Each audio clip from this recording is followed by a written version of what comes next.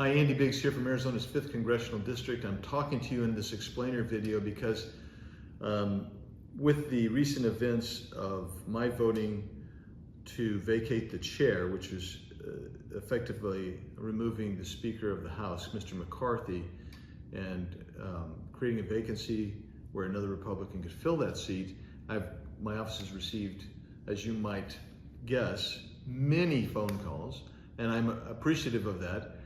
And so if you haven't been able to get through, I wanted you to be able to hear me answer and respond to the questions that we get most often. So the first question most often is, I'm going to read these questions and I'll answer them. Why does Congressman Biggs support, who does Congressman Biggs support as the next House Speaker? Well, I'm not going to name any names publicly.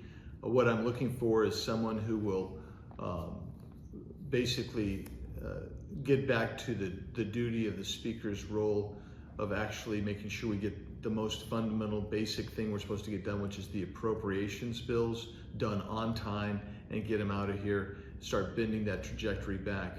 Someone who also is conservative and is willing to fight that fight for conservative values.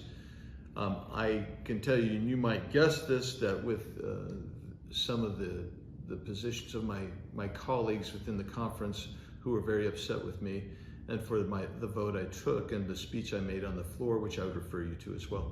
But if I were to say that I support anybody publicly, I think that individual would be immediately disqualified by so many in our conference. So I'm keeping my thoughts on a name to myself, so that whoever it is might be successful without having the baggage of Andy Biggs supporting you, if I can put it that way.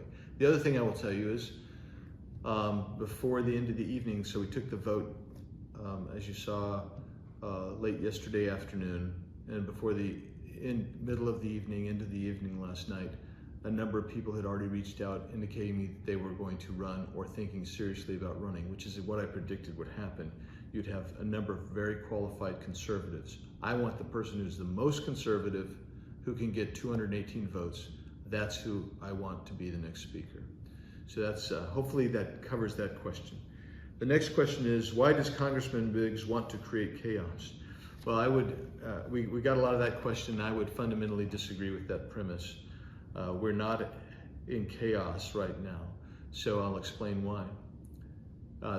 Everything that happened exactly per the rules. It was unusual perhaps, but it was all by the rules. That was voted on and approved by Republicans unanimously last January.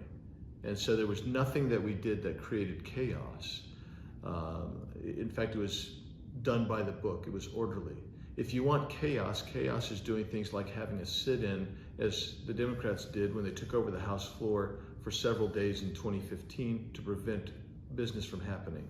Chaos would be when you pull a fire alarm to delay votes, like a Democrat did just last Saturday. So what we did wasn't chaos. And why else is it not chaos? Because we have a Speaker pro tem by the rules who was listed by Speaker McCarthy as, by the rules, he's required to put people on a list that would succeed him if the chair was ever vacated. So it was anticipated. So now you have Patrick McHenry from North Carolina, who's the Speaker pro tem. In the meantime, every committee can continue on with its committee work. Every committee that's doing investigation work can continue with its investigation work. All of the transcribed interviews and depositions that were already on the books, they can continue as well. It is not chaos. It may be not pretty, and it may seem conflictual, but there's a big difference between being chaotic and being conflictual but following the rules. And we followed the rules, and I don't view it as chaos myself. I think things are moving along, and quite frankly, I'll add one more point. If you want chaos, chaos is when the law from 1974, so for 50 years, the law has been to pass 12 spending bills by June 30th in the House of Representatives and transmit to the Senate. It hasn't been done for 25 years. And that type of chaos and failure to follow that rule has led to the massive national debt that we have today. I think that's more chaotic than anything that is happening right now. So that's my position on that. Why isn't Congressman Biggs focusing on appropriations? Well, I hope in the answers to the two previous questions you'll understand I am focused on the appropriations bills. I continue to work and try to get this body to do the appropriations bills. So the Speaker started talking last July about doing what's called a continuing resolution. That would mean that you don't do the appropriations bills, right? Because you're supposed to do those 12 bills that I was telling you about. That means you're doing the one big lump bill that continues on typically of the spending of in this instance of the Pelosi-Schumer Biden regime with all the policies in place. And we said no. And then when we got back from an extraordinarily long recess in which we were told we would continue to work on the appropriations bills in the budget where we didn't, the Speaker, then Speaker McCarthy came to us and said, okay, we're gonna have to do a continuing resolution with 2 weeks before the end of the fiscal year. And they were not going to bring any of the bills that had come out of Appropriations Committee. It was because a number of us only 4 of us, we forced them to bring those bills to the floor. So last week, in 72 hours, we brought 4 bills to the floor. We debated them night and day. We had a fairly open amendment process, which I haven't seen much of since I came here. I introduced more amendments, I believe, than anybody else in our conference on these bills. Why? Because I am engaged in the appropriations process. I introduced over 500 appropriations bills in February. Why? Because I care so much about it and I was pushing those. And so when we got an open amendment process that we finally forced, I brought a lot of those in amendment form. And we got a number of those amendments onto the bills through voice vote.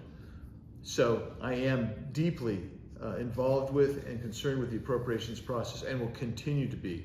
So I hope that clears up that misconception and misdirection and slander that people are putting against me as well.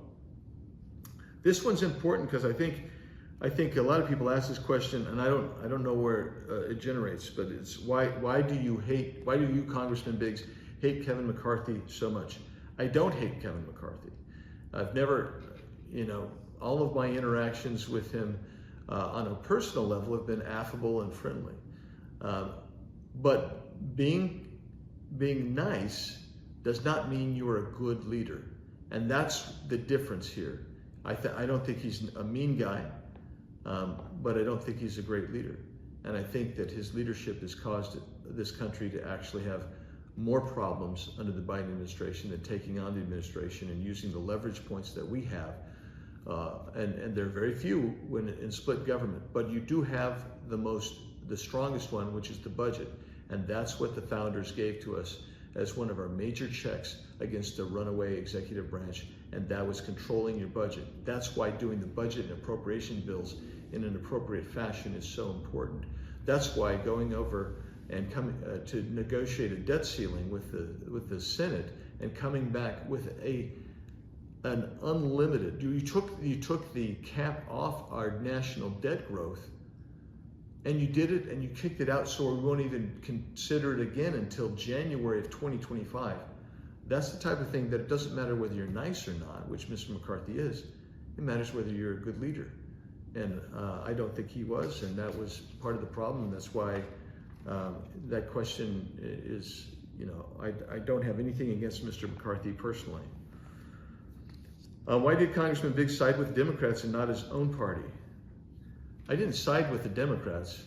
What I did is I sided with my constituents and the American people who've been asking me for months to make a change. Why have they asked that? Because of all the things I've said in my answers to the previous questions. And so I didn't side with the Democrats. I sided with the American people. That's my perception of things. I sided with my constituents, and I would fight for my constituents every time. And I didn't come here, by the way, I didn't come here to be part of some team that is going to continue to perpetuate out of control spending and is going to not fight for the American people. I came to fight for the American people. I came to fight for my constituents. I'll always do that. I will never stop fighting. And with that, I hope I answered that question. So we've got a lot of folks that are asking these questions. I am glad people are calling in. It means people are paying attention. I hope they do pay attention, and I hope they watch what happens here. You know, when you have, I was asked, and I was stopped yesterday by a press person from the UK, and they were asking along the same vein of these questions. But I would say that things sometimes look messy in a representational constitutional republic, but that's what we have. And those of us who are trying to represent our constituents are going to get out there, and we're going to, sometimes it'll look messy, but we have to keep fighting for the American people. This is a great country. It's worth fighting for. Our freedoms are worth fighting for, and I will never stop fighting. And I welcome your continued questions, and if other questions come in and we're not addressing those questions, we'll make another explainer video. It's my honor to represent the 5th Congressional District of Arizona. It's the best district in the country. I tell my colleagues that all the time, and I'm going to keep representing you to the best of my ability. Thank you, and God bless you.